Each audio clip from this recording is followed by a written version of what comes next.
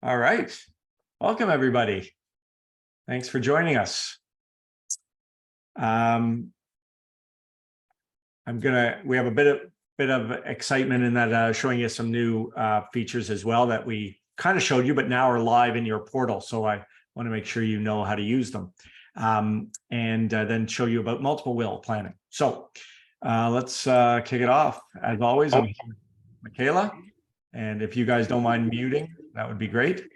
And then, of course, unmute if you have any questions as we go. And the idea of this, for those who are new, welcome. The idea here is if you can have eState open on another screen or in a small window or something, and you can try it out as I'm doing things if you want and see how it works from your end, because the best way to learn is to obviously do. So, going to show you a couple of things.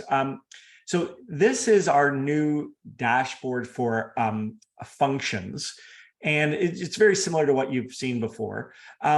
We have obviously the document preview that opens up in a window. Now all of these open up in this window, what we call a pane. And this pane obviously can slide, etc. It'll remember where you are in the pane if you're looking at the viewer, etc. So if you regenerate this button here, it's going to bring you right back to where you were when you were looking at it. That was always the case, right? So the pane to view is always, that's how we viewed our preview. If you want to close anytime the preview box, or you just click, you hover over the eye, the preview, and click the X. That'll close it. Same there. So, but what we did was we put all of these items in panes. Why is that a bigger deal? Well, you can still work with the pane open and still work on the left side. So that's the idea, is you can continue to work and then check and go and do two things basically at once and do it live. So obviously that made sense for the viewer, but that's also the case for your notes. If you want to, you could be working and taking notes at the same time. You don't have to close one thing, open something else, etc. You can work at the same time on the notes. That also is a pane. Again, if you want to close that, you just go over it and close it, or you can move to something else. Insights are now in a pane. So rather than, you can actually work when you get to a point and say, you know, I forgot RESP, you see that as an item, you can actually go live with that still open and add the RESP. So you can make fixes live while you're looking at the insights. That's the idea there. And then the last component that's brand new that I mentioned last week is the spouse compare. So I don't know if you guys were like me, but I would do a plan for one client, then sync it, and I wasn't sure necessarily. Then I maybe made a change and I didn't sync it, and I'm like, I think I did everything, but I'm not sure if they're matching. Well, that's what this spouse compare now does. And so anytime you've got a spouse and a client that you're acting for, you'll see this little button. I think of it as kind of a mirror will check, and I'm going to click on that. And this is live. So as you do things, it's checking. So obviously, if you see a green check, it means it matches. If you see we went yellow instead of red, a yellow X, that means there's a difference here. Okay, well, let's then find out where that difference is. So we click on that. We see, okay, the surviving spouse matches, the no descendants match. We have a difference in the descendants only.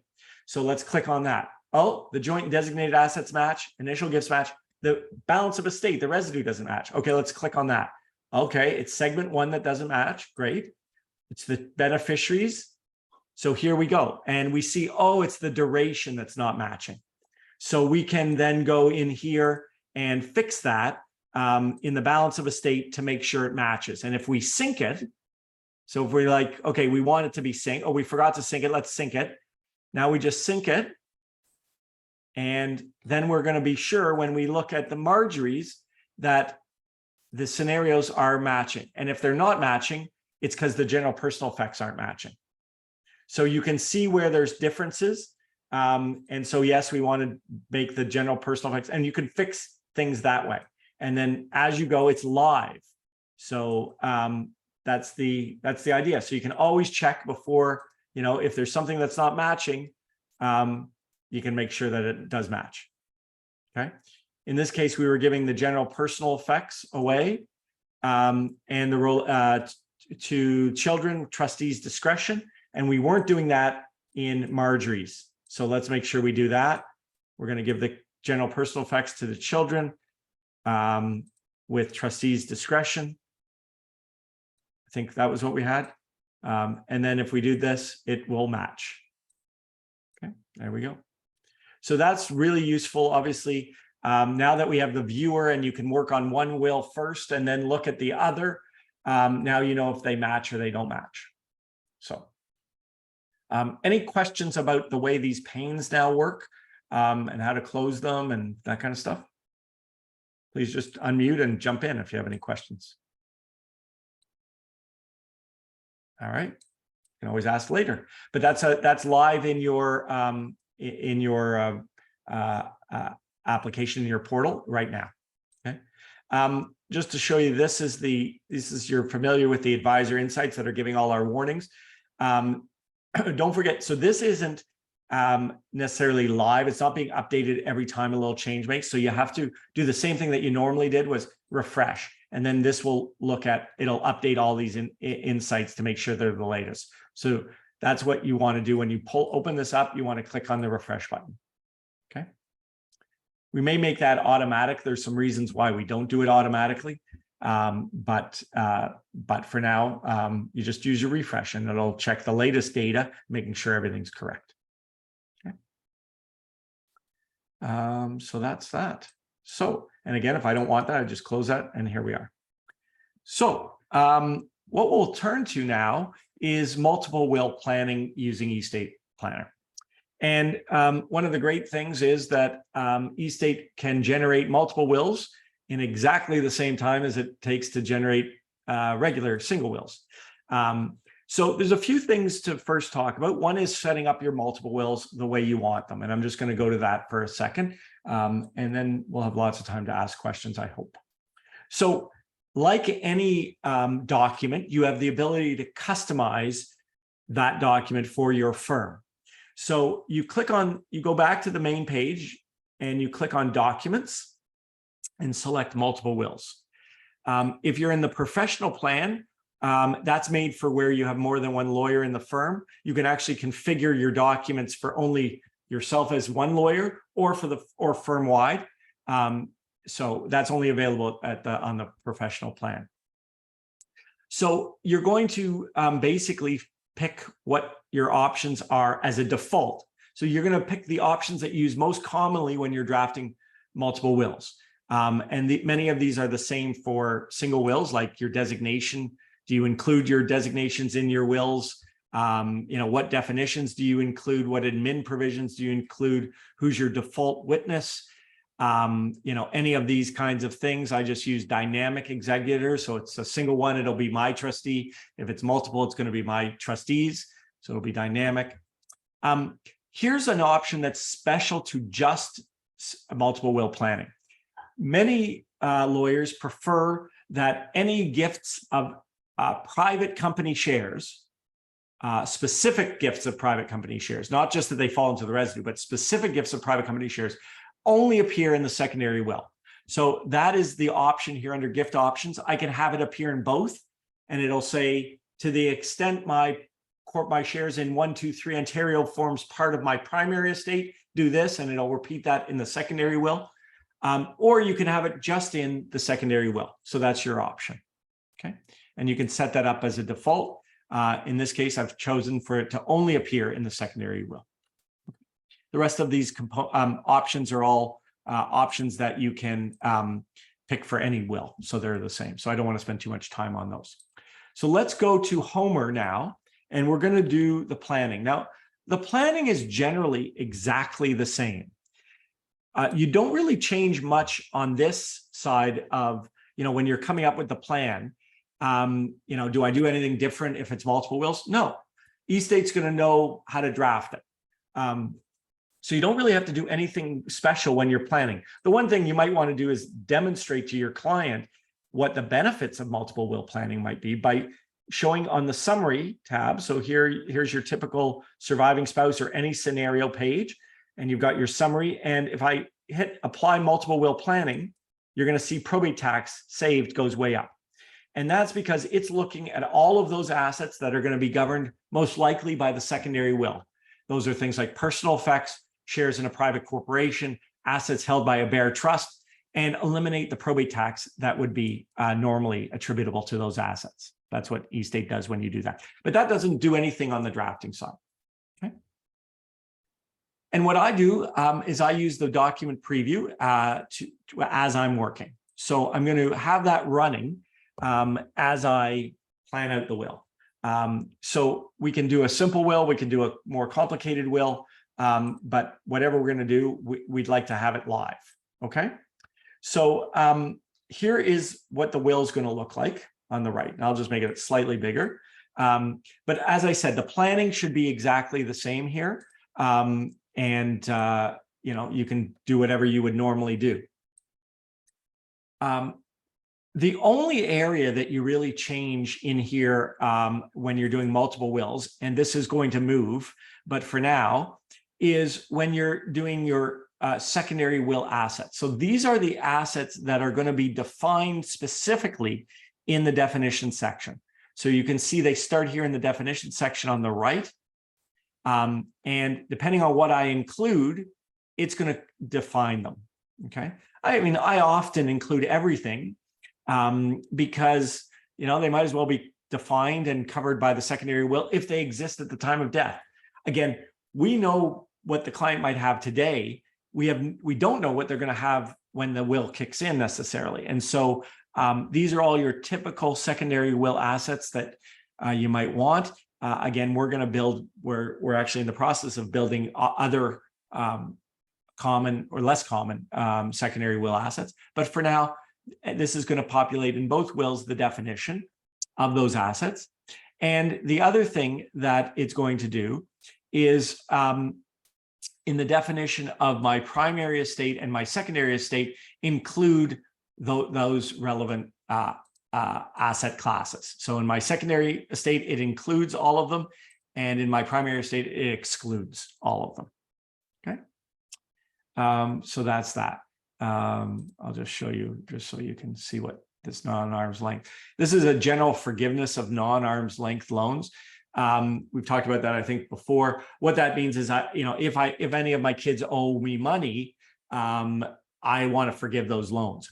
Well, then if eState sees that you're doing that, it will automatically check off non-arm's length loans as a secondary will asset, because there's an asset that you don't want to pay probate tax on, which you would have to pay probate tax on if it was in the primary will. So it's smart in that way. So if you didn't have that checked off, it would still check it off automatically if you were forgiving loans. Okay. So far, so good. So that just handles the definition section. So what eState does is it produces the primary will and the secondary will in one document. Okay. So when I generate it, it's going to be one document. Why do we do it that way? It's very important it be in one document because of Word. Word only can cross-reference paragraphs in a single document. It can't cross-reference paragraphs in different documents. And very often we want to cross-reference between different documents. I'll give you one example. One of our standard provisions in eState is the idea of a disclaimed asset, an asset that would fall in the secondary estate, but because you need probate at the time of death that you didn't expect, we can disclaim it and have it pass into the primary will without tainting the entire secondary will. So we do that. So by having it in one document, it's automatically going to have the right paragraph number. It's going to refer to the secondary will automatically. So that's why it's in one document, in case you're ever looking at that. And they just follow one after another. So this is the primary will, and then the secondary will starts right below it. Okay. Now, what you'll see, and this is actually something, and I'm going to just download it because what you'll see, I think we're working on this. If I pick a cover page, it doesn't restart the numbering in the preview. In the document itself, it does. So there's a little bug there. And so we're getting that. You don't have to worry about it. In the final document, all the numbering is always perfect. Okay. So let me just show it to you in that document.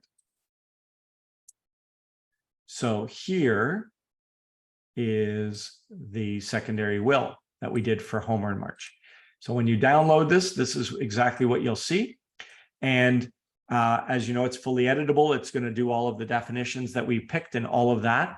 The one thing that eState does that is not as common in the old days, hopefully it's more common now, is where it sees that an asset is given away, where there's a specific gift of any asset or a specific asset is being dealt with specifically. A trust for a home, a trust for a cottage, a gift of, a bank account, a gift of whatever it might, corporate shares, whatever. The default is that it's going to include the gift in both wills with a clause that says in the primary will, to the extent this asset is part of my primary estate.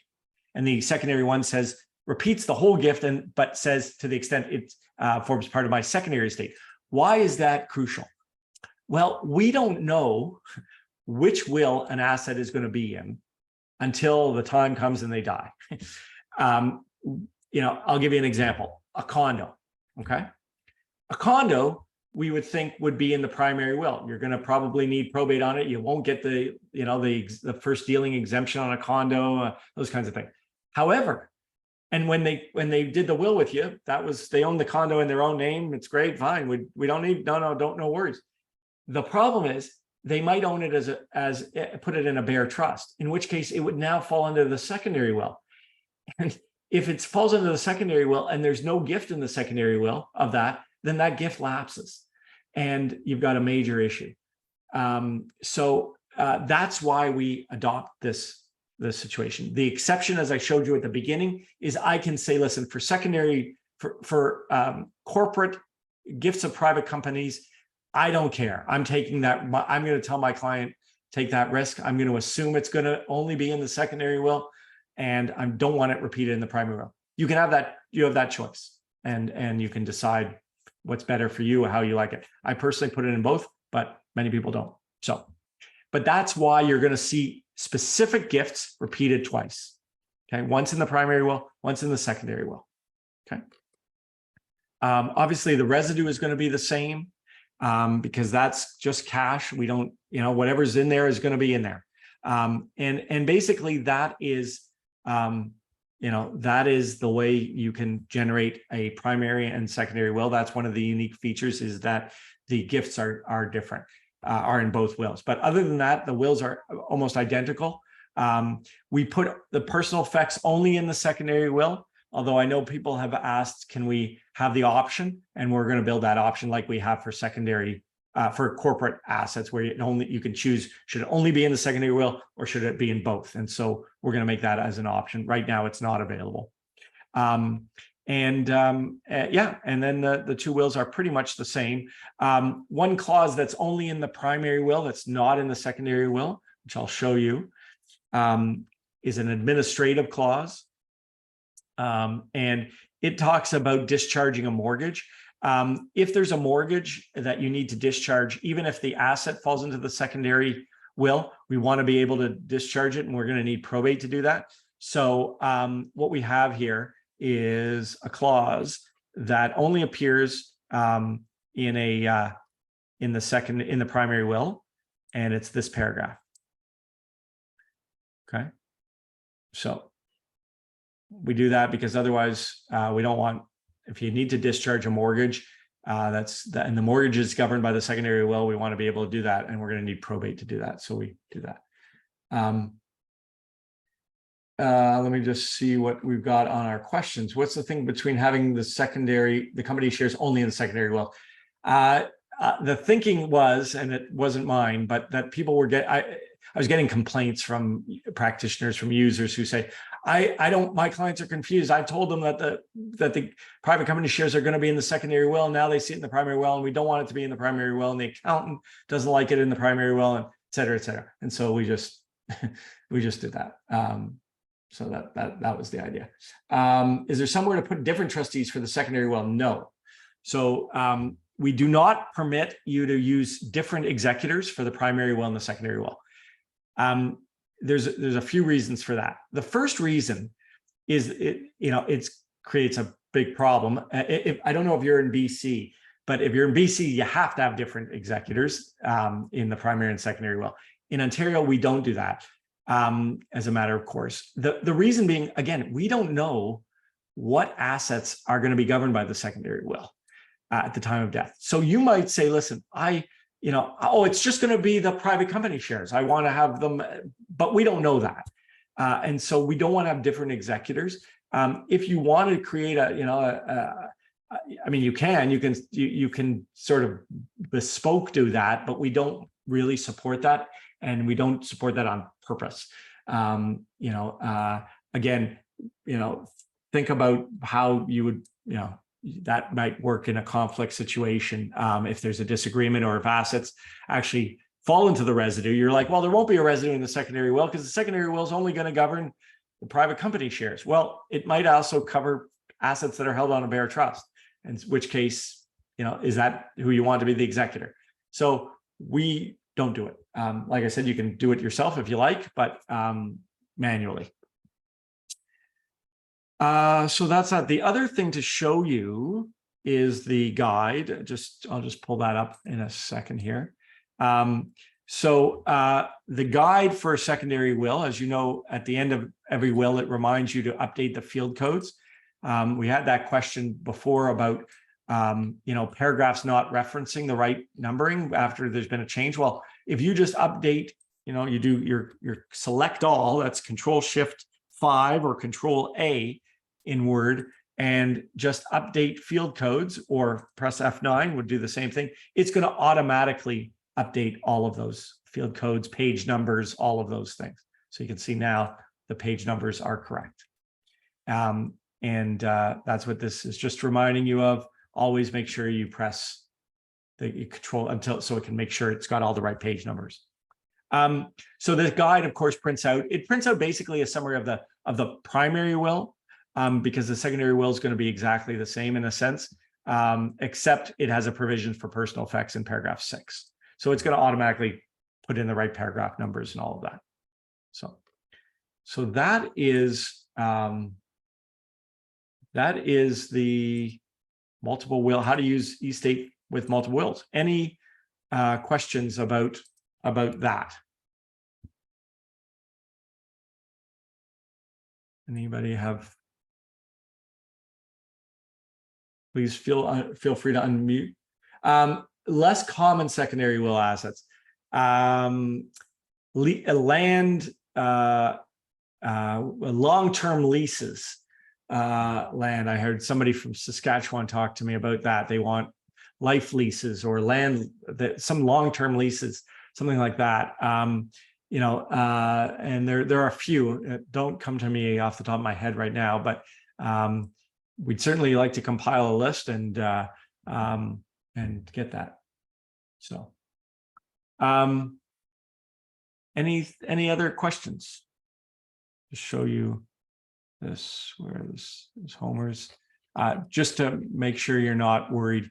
You can see all the numbering is exactly correct in the generated documents. Even if it's not quite correct in the preview, it's automatically going to be correct. So didn't want to alarm you on that. I'm trying to fix that bug. It's a weird one because it only is a problem under very limited circumstances. So yeah. Anyway, anything else? Any questions about that? Great.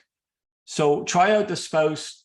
Do you have about the disclaimer method in the basket clause? Has this been judicially considered? Well, the Milne case, I was comfortable after reading the Milne case that it wasn't a problem.